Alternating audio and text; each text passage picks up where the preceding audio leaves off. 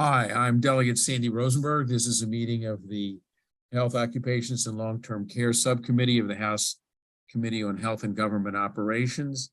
We will be voting today. We have an agenda of 6 bills, but I want to say at the start that House Bill 196, we have received amendments very recently and haven't had time to review them. So House Bill 196 will not be discussed at today's meeting. For those of you who are here only for that bill, House Bill 196 has been removed from the agenda for today's meeting. Let's go to House Bill 234, State Board of Chiropractic Examiners, Disciplinary Actions. Lindsay Rowe is the committee counsel. Lindsay?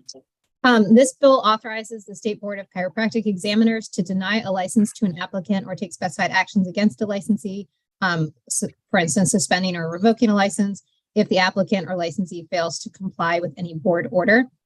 The bill specifies that an order of the board may not be stayed pending judicial review and authorizes the board to appeal any decision that reverses or modifies its order. If a license is suspended or revoked, the board may reinstate the license only in accordance with the terms and conditions of the order of suspension or revocation or an order of reinstatement issued by the board. There were amendments offered in testimony and circulated for this subcommittee meeting that authorize the board to grant a stay of enforcement of a board order in accordance with the Administrative Procedure Act. And were all parties supportive of both of the amendment and the bill? Yep, the board said that it was accepted that amendment. And I believe there's also, I saw Mark Cohen. Is he still on? Yes. Oh, yes, you're still here. He's also here to discuss that amendment. Mr. Cohen, please. Good morning, everybody. My name's Mark Cohen. I'm a healthcare lawyer. For 10 years, I was with the Attorney General's office, and I hate to admit it, but for the last 25 years, I've been in private practice. I'm speaking to you today on behalf of the Maryland Chiropractic Association. The association reviewed the initial bill, which we thought did deal effectively with a number of perceived inadequacies. There was one section, it's Please speak directly into your computer because you're fading in and out. Okay, sorry. There was one Fine. section. Is that okay now? There was one section, section 316, that created a bit of ambiguity that could be a problem for everybody. It appeared the way it was drafted that the board itself could not stay portions of its order. And it's very typical and often very necessary for a board to be able to stay portions of its order. For instance, the board might say you must remove a certain type of advertising within 2 weeks. Well, maybe it can't be done because it's online. So you would ask for a stay for an additional 10 days. So does this amendment address your concern, Mr. Cohen? Yes, sir, it does. Fine. Okay. Anything further? I have nothing further.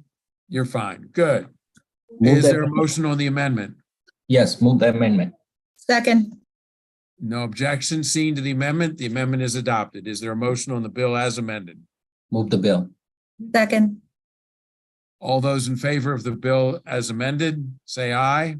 Aye. Aye. Aye. Is there anyone opposed? Please indicate by raising your hand in the chat or hand visibly. There are no, it is unanimous. The next bill is House Bill 238. Lindsay Rowe. This bill has some provisions that are similar to the one we just discussed, in that it again allows the board to take action against a licensee for failing to comply with a board order, that an order may not be stayed pending judicial review, authorizes the board to appeal, and allows the board to reinstate a license in accordance with the terms and conditions of an order or order of reinstatement. In addition to those provisions, which mirrored the ones from the last bill, the bill specifies that practice massage therapy means to engage professionally with or without compensation in massage therapy, repeals a requirement that the board file notice for publication of each revocation or suspension in the Maryland Register.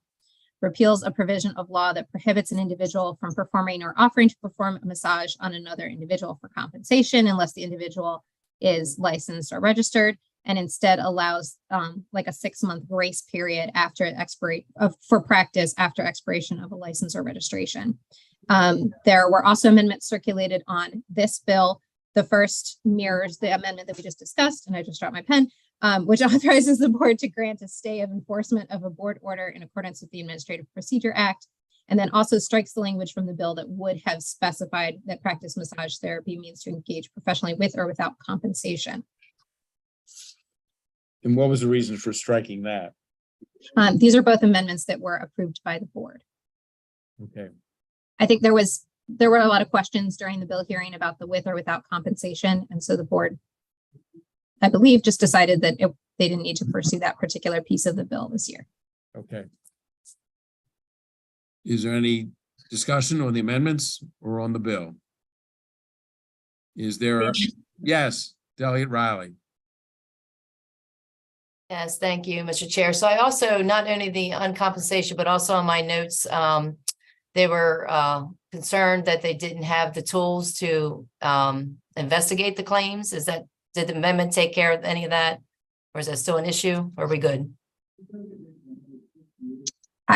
I don't think the amendment doesn't really speak to the issue of investigating. Okay. Do they still have an issue with that? Do we know? Is anyone here on that bill? Okay. I can see Sharon Oliver. I'm not sure. Ms. Oliver? She's waving. Can you Please, unmute? you are recognized. You need to unmute yourself. Ms. Oliver, okay, Yes, go. I'm here. Thank you very much, everyone. No, the board does not have a concern at this juncture about being able to investigate the complaints that we receive on this issue. And as was said, we will address further issues at a later date. Okay, thank you. Thank you, Mr. Chair. Thank you. On the amendments, is there a motion on the amendments? Delegate The amendments. Kelly, you had your hand raised, but it's down now, so I assume it's down for a reason. Okay, on the amendments, is there a motion? Move the amendments.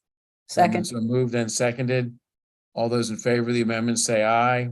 Aye. Aye. All those, is there now a motion on the bill as amended? Move the bill as amended. Second. All those in favor of the bill as amended, say aye. Aye. Is there anyone opposed to the bill as amended? It is unanimous. Thank you very much. House Bill 242, massage therapy definition and reimbursement. This also is this is the last of the 3 bills for Lindsay Rowe. This bill alters the definition of massage therapy to include treatment of illness, disease, or injury, and also repeals language specifying that a nonprofit health service plan, insurer, health maintenance organization, or person acting as a third-party administrator is not required to reimburse a licensed massage therapist or registered massage practitioner for any services rendered. There are no amendments offered on this bill. And what position do the various parties, any relevant parties, take on this bill?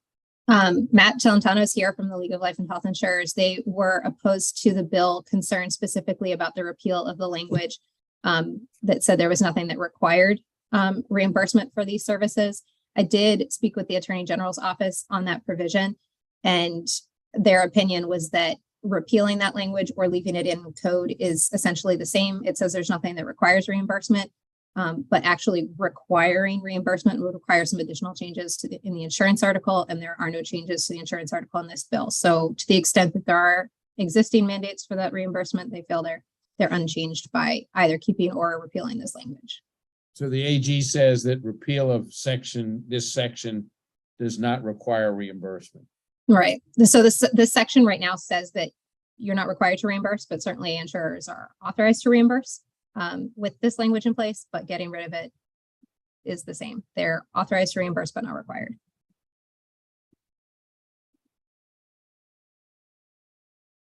Okay. Is there any debate on the bill? There is no amendment to the bill. Yes, Mr. Salantano. Thank you, Mr. Chair, and thank you, Lindsay, for the overview. I'll try to be quick here, but and I appreciate the back and forth. I've seen the emails from the Attorney General's office, and I appreciate Lindsay's time as well as the staff from Senate Finance Committee. But I have some adamant disagreement on the legal take from some of the carriers with the Attorney General's opinion. There are some concerns that point out that if that point to the therapeutic massage and claim that they'll have to be compensated if they call it that under the scope of practice provision. I've also heard some concerns that the carriers don't understand the need to delete the pay provision, and if it doesn't change anything, it's explicit sort of as it's written now, just leave it be. And if its deletion suggests it means something, and some believe the court would see it that way, we just believe it creates ambiguity where there's currently none in some of the council's opinion. So I guess my request at this point would it be possible to get an official AG's letter on the particular bill, because there's a lot of confusion from our end. Well, I would like to review the correspondence myself. So I think it would be appropriate to put the bill on hold. And if, I mean, this is just email correspondence as opposed to an official letter. It is just email correspondence, and I can send it to the entire subcommittee. Fine, good idea. Thank you for revising my request. Okay. And I very much appreciate the time and consideration. Okay, so your request is this be made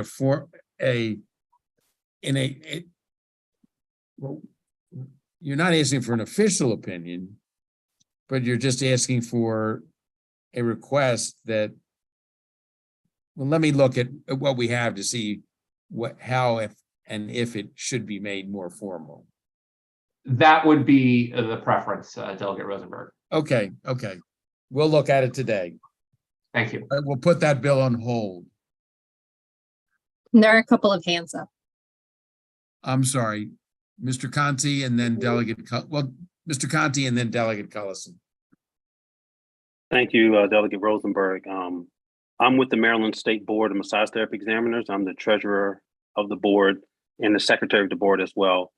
Our read on the 403 was that there are no other health boards that have this exclusionary language in there, meaning there's no other board that specifically outlines that you're not allowed to be reimbursed. Our striking this from the statute is an effort to get in line with the other health boards, and it is not a mandate, as Lindsay mentioned.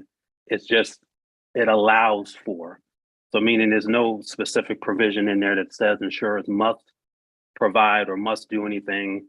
And we've read the letter from the board that also mentions arguably a member could receive massage from a licensed therapist every day, which is pretty unrealistic. I'm a practicing massage therapist and I've been practicing since 2008. I've received referrals from podiatrists, from physicians, from OBs, and no one's coming in every single day using massage therapy. I think the viewpoint is possibly they're using it as a relaxation service and not as medical therapy. So in practice, that's something that does not happen. And I just wanted to mention that to the subcommittee. Thank you. We appreciate that. Thank you very much. Delegate Cullison. Thank you, Mr. Chair. I have a question for Lindsay, if you don't mind. Lindsay, what I heard you say, and tell me if I interpreted it correctly, is if that new language was struck, it wouldn't make any difference. That right now what exists is carriers have the ability to reimburse for massage therapy or not, depending on the plan that they are offering. Well, that's correct. Yeah. So the way the language is worded, it says nothing requires reimbursement. So it says nothing about allowing for reimbursement. It's allowed. It's just not required. It's not required. So that's the way the language reads right now.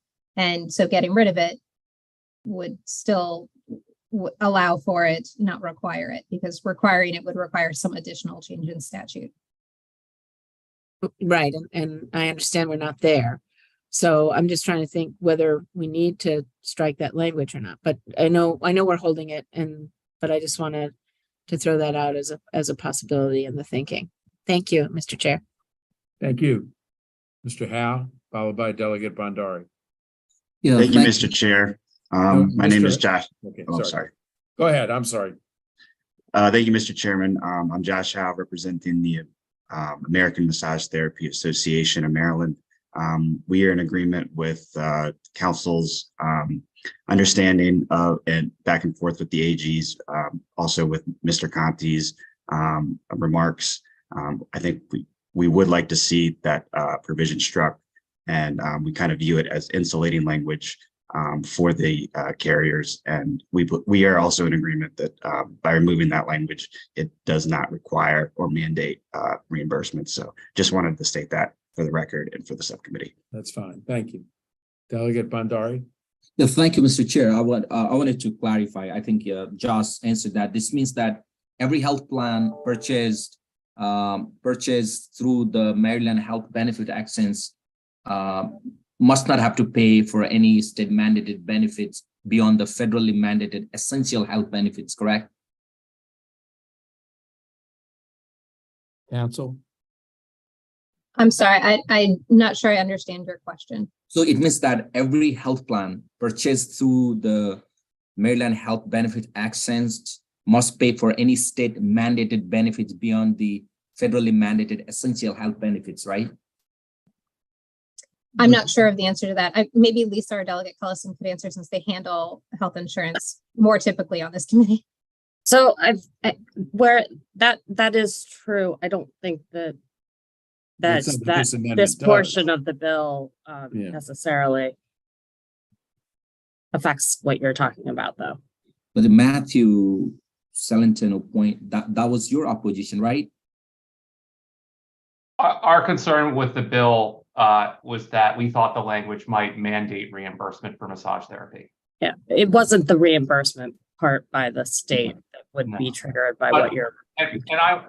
And there's what Josh and Mr. Conti have said. I'm not here to debate sort of value of massage therapy. That's not the intent. The reimbursement was the concern, and the AG's opinion made it, I think, a little more murky for us. Our concern is that we think that the AG's office is reading the health occupations article on its own and not in conjunction with the insurance article.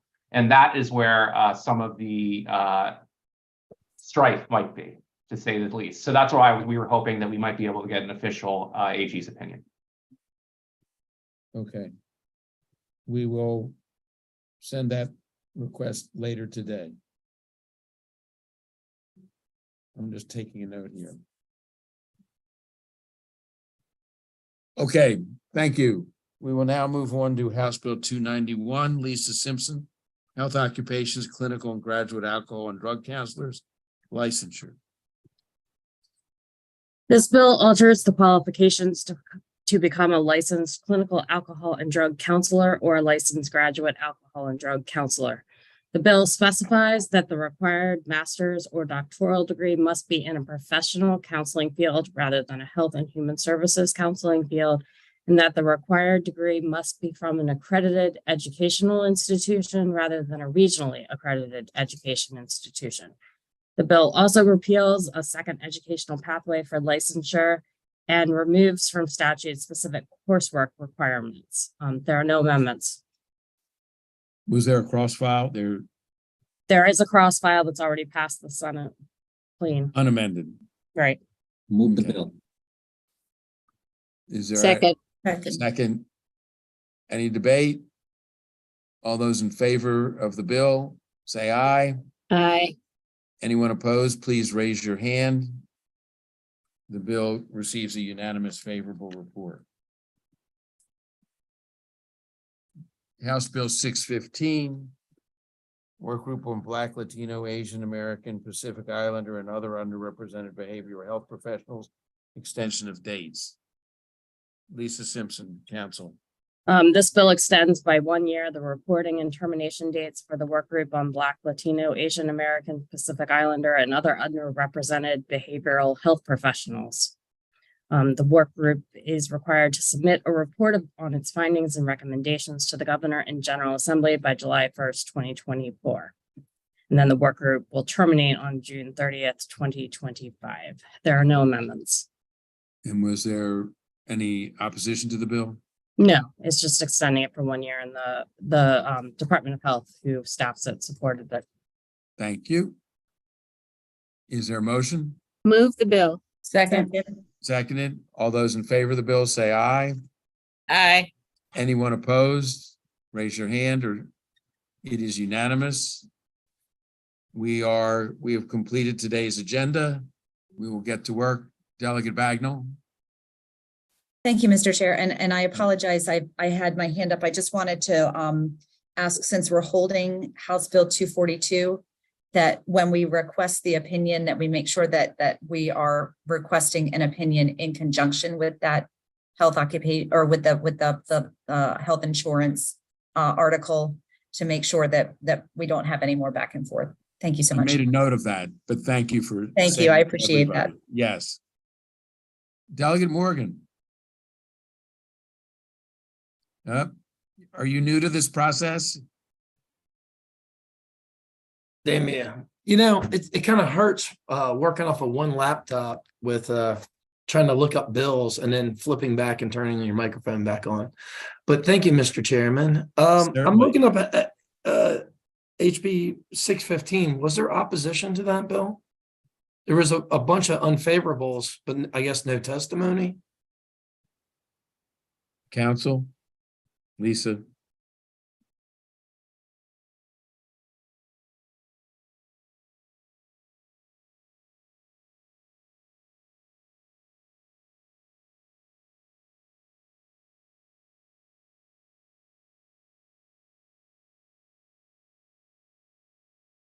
I can answer that. There were unfavorables, but none of them submitted any testimony. People signed up without entering any testimony in the record. Okay. Either written or oral. No written or oral testimony. Right. Is this a bill that we voted on previously? Yes, we established the task force Right, last the year. commission. Okay. Anybody remember that bill number last year? I would assume. Did we it's on vote for the it last fiscal year? note. I would believe assume it it's on the was, fiscal yes, note. last year. All right. Should be on the fiscal note. I'm trying to look at it. All right. We'll take a look at that. Okay, yeah, I don't think we have a procedure for changing it. We don't have yellow cards to change your vote in subcommittee. Yeah, it's just You're free to do whatever you want, obviously. Yeah. this is more of a problem for Zoom, I think, than anything else.